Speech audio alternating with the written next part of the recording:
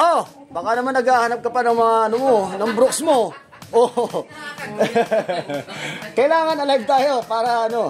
Ito yung gamit natin ngayon kay Brony. So, marami pa silang iba't ibang klase dito. At ang kagandahan dito, may mga rare pops sila.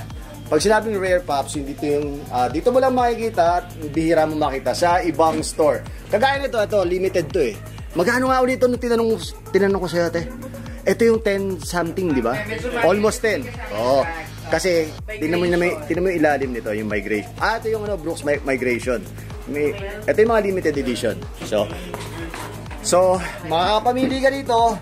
Kung magkano yung mga presyo ng mga yan. Ito boss, limited din yung blue. Ito, limited din to. Anong, ano na to, madam? Model to? B17.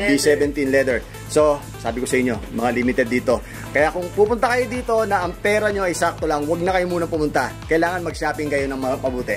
Okay? So, kung magkano yung mga presyo ng mga yan, syempre, may mga discount pa naman yan. Okay? So, kung gusto nyo talaga, pumunta lang kayo dito sa Bikery, gaya ng mga pinost natin.